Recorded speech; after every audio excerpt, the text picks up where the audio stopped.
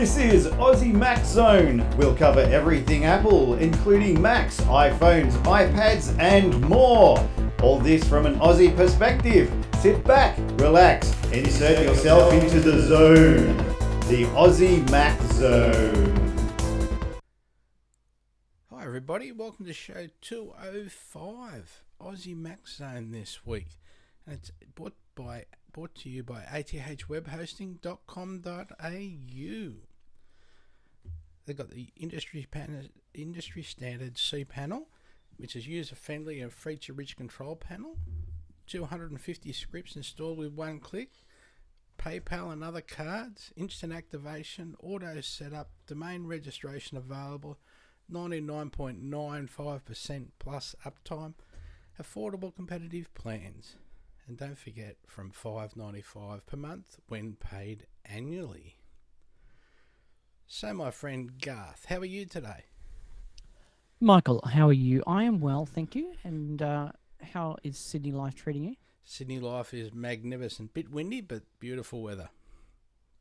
Okay, Yeah. I'll take your word for it. It won't be quite as nice as it is up here on the Gold Coast, but you know. That's right. This is just an ordinary day for you. See, that's right. Got Yeah, Nick here it's in the actually it's background? getting to that time of year, isn't it, where it does get a bit windy, Yes. Yeah. and most of it's coming from us. The hot. Sorry, It's Nick. all the hot how air. are you? Yeah, exactly. So, Nick, all good? You okay? Speak. fine, Michael. You're allowed to speak. Oh, did someone ask? It's me. Yeah. Oh, I didn't hear. He dozed off. Sorry. Yes. I know. I thought Garth did It's ask, the ad but- read right at the beginning. That's the problem. Yeah. So we've got, it's confirmed. September the 12th, US time. Apple has sent out the invites for September 12th event. Now, as I said on our Aussie Mac Zone Apple news page, we're expecting a new iPhone or 3, 4K Apple TV, LTE Apple Watches, some more about the HomePod.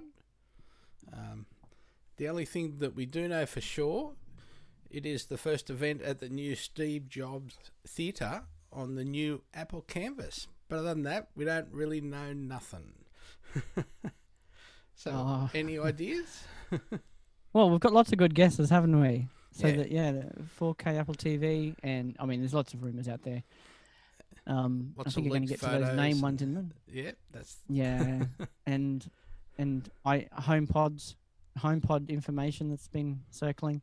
yeah. But I'm just excited to see what we finally get and what the story is behind the new iPhones, basically. Yeah.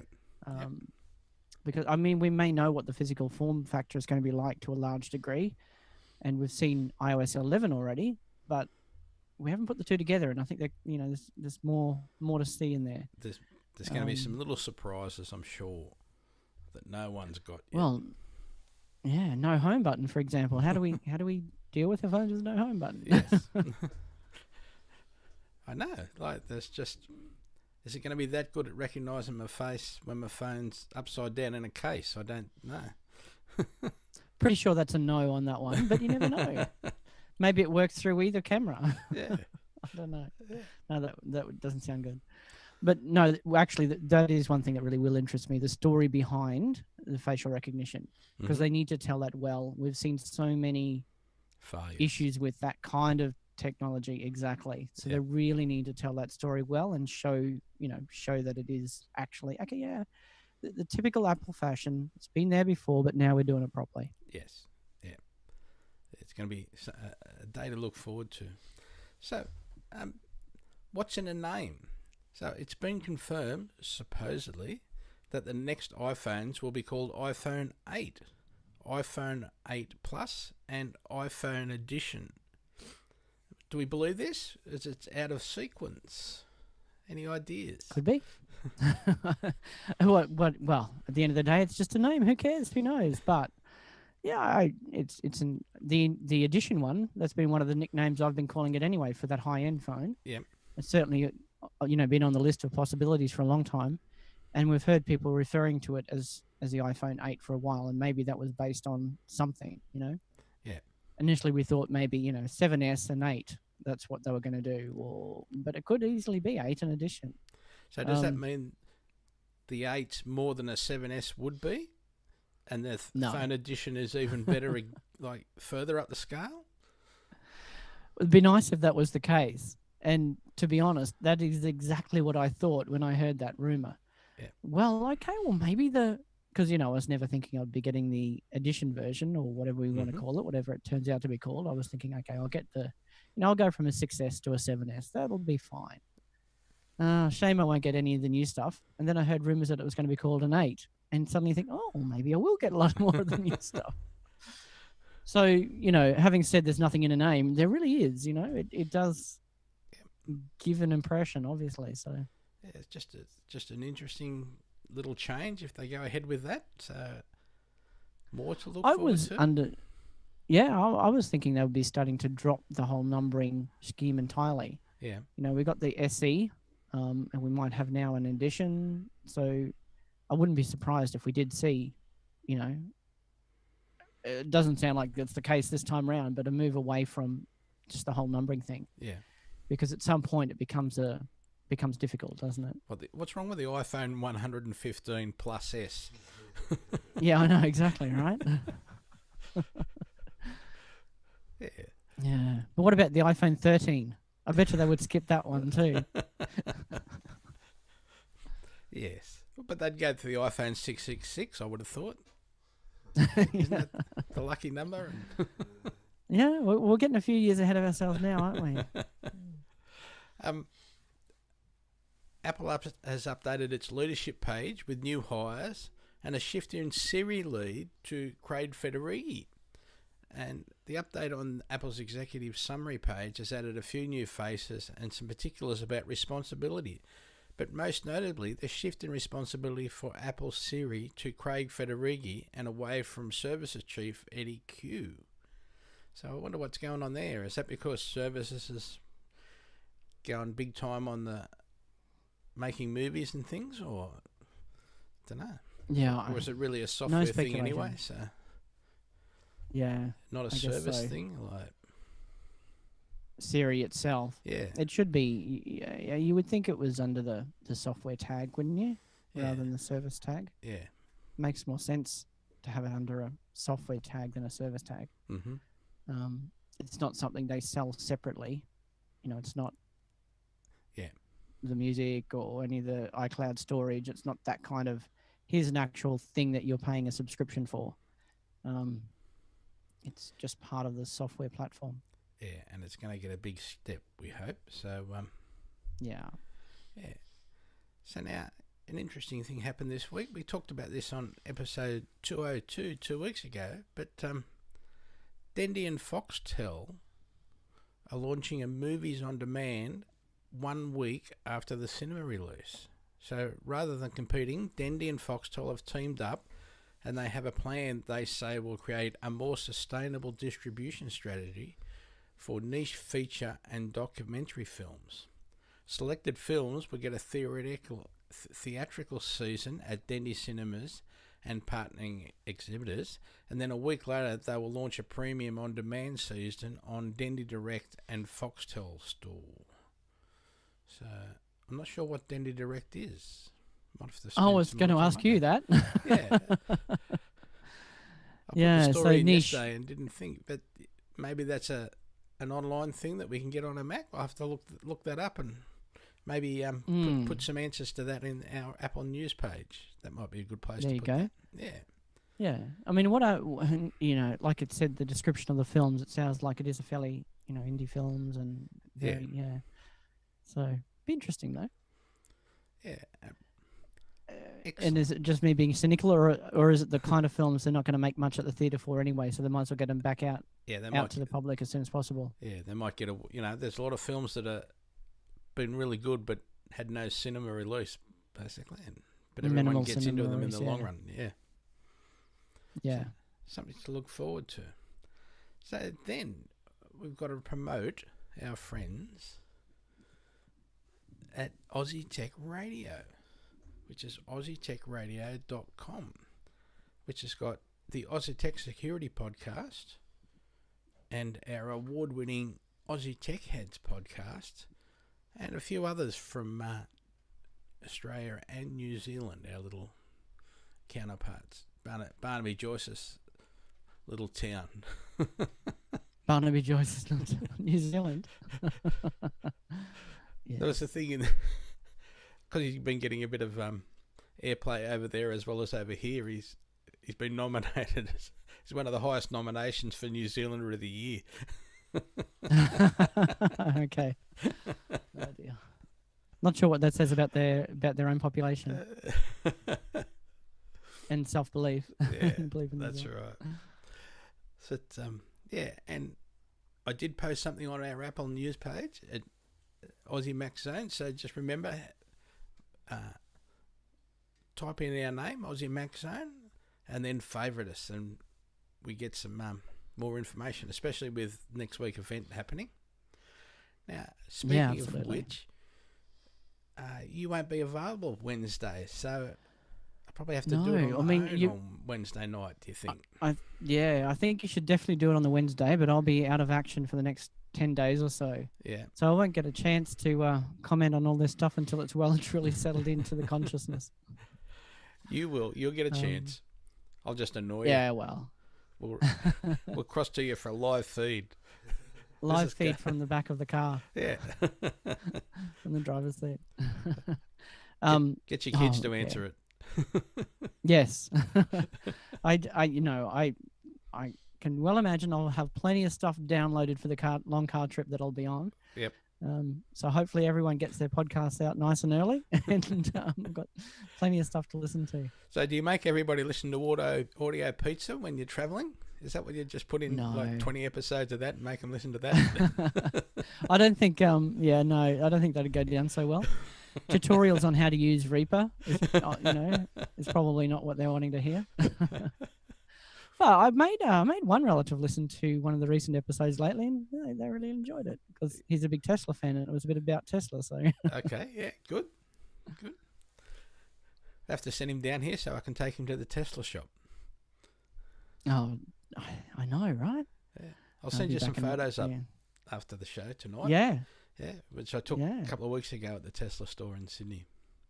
Okay, well, when I was getting excited about the fact that my Model 3 is only, a year and a half away at the earliest, he tells me his son has just bought a P100D. Okay. that he's been allowed to drive, that he's been borrowing and driving around the place over there in Europe. So, I just felt shame he doesn't live in Australia. Teach him a lesson or three. Yeah. Now, Apple and Accenture partner to create iOS business solutions. Now, Accenture to create dedicated iOS practice within select Accenture digital studios. Apple to co-locate experts within these teams. And Apple and Accenture are partnering to help businesses transform how their people engage with customers through innovative business solutions for iOS.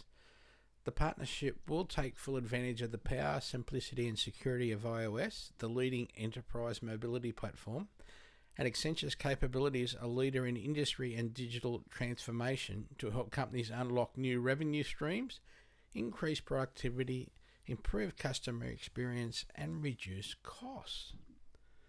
Accenture will create a dedicated iOS practice within the Accenture Digital Studios in select locations around the world, and experts from Apple will be co-located with the team. Working together, the two companies will launch a new set of tools and services that help enterprise clients transform how they engage with their customers using iPhone and iPad.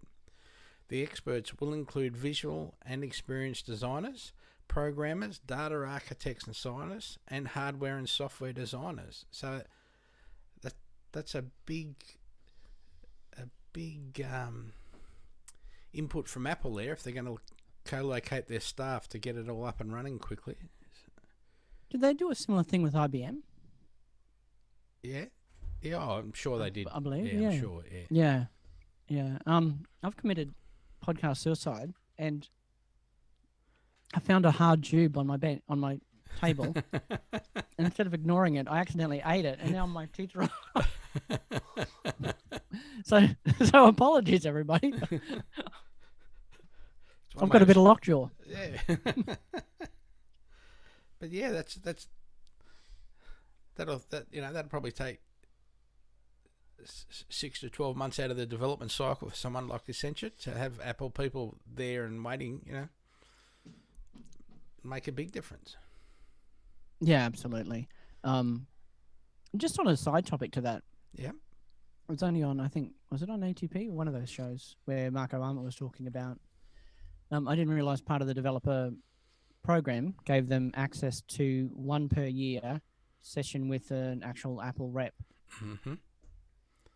So if they've got some difficult problem they're trying to work out, with an app as a developer, you can play your card for the year and get some one-on-one time with someone from Apple to help work through the code or whatever.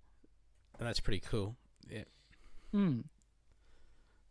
I mean, it's not to the extent of having a staff member come and stay with you like Accenture is now, but I thought it was a handy sort of, a good service to offer. Oh, maybe they're paying a lot more than one Apple developer fee to have the advantage. Yeah, maybe. Probably not though. So now we've got a little how-to this week. So because we've got iOS coming out in the next few days, what do you reckon? Next few days before Tuesday? Yeah, I don't think it'll be too far away. Maybe I don't think it'll be too Thursday far or away. Friday, official. Yeah. So we'll just chuck this. Well, I think last time we heard it. Well, no, I'm going the 16th. You're going after. Yep. The iOS 11 official will be released on the so the 12th. So maybe the 16th, and then the following Friday for the actual phone itself. Start shipping the phones. But do you think they want to have? It'll be a week after that. After that, it'll be 10 days or it'll be 10 days or so from. It'll be event, and then during the end of that week we'll get the actual iOS release, and the following Friday will be phones available. Okay. So we'll have a bet on it, hey? Whoever's right gets to I don't know what. Eat a jube. Eat a jube at a very inappropriate moment. So how to handle iOS's 11 big lock screen change. So after installing iOS 11, you're bound to notice a lot of small changes and some bigger changes. There's the ability to record your screen, a customizable control center, and then there's Notification Center. But actually, it's no longer called Notification Center. It's now called simply Lock Screen. In fact, it is the lock screen, but now it works much in the same way that Notification Center did. You'll swipe down from the top of the screen to review your recent notifications, but now an additional swipe up is required to view older notifications. And the recent section is sometimes at the moment labeled earlier today. To go back to the previous screen, you can swipe up from the very bottom of the screen. If you don't start at the bottom, you're likely to keep scrolling through the older alerts.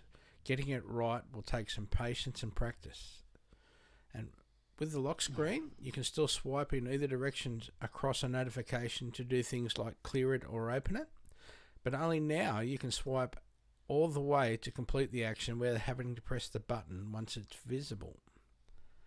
And a long or hard press on an alert will also bring up more interactions options as it did prior to iOS 11. So there's a link which has got a full story and videos for that. If you we need a video for that. I don't know what's going on because that's better.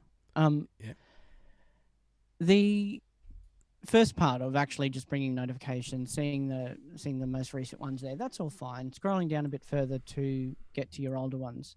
But having to swipe up from the bottom, from off the screen in the Yeah. similar sort of way, I guess, that you would bring up control panel, typically, to get back to the previous view just seems ridiculous. Seems like people are not going to find that, Yeah. Yep. It's not, people are not going to find that gesture, know that it's there, sort of thing. That's why it's a practice, and then we're in a learning phase, and that's why we're chucking it in as early as we can. Exactly. This is Go. No, this is the point. Yep. Sorry, bit of delay again. This is the point. The fact that we need to do, we need to do this sort of stuff. Yeah, because there are some It big doesn't changes. seem very. Yeah. And it is a great looking. It's a very clean and crisp looking operating system. I'll give them credit for that. You notice a difference as soon as you open it. It's not going to blend in and think, oh, nothing's changed very much. No, things have changed. Yeah. Yeah, and that's why we're getting in early and trying to give. There's obviously a lot of people out there with running iOS 11 just by those videos that they put out, which are awesome. That we talked about, was it last week or the week before? Yeah, I think it was last week. But definitely do check those out. Yeah, they're certainly worth it. Certainly worth it. So I'm running out of things to say again, except the next show will be on Wednesday, the 13th Australian time. Yes. Things will have digested a little bit by then. Yeah. So. And I will leave you to it then. On that night, I will listen in later and see what you had to say, Michael. We'll be thinking about you. Don't forget, thank you, listeners. Thanks to our sponsors and our supporters at ATH Web Hosting. Thanks very much, guys.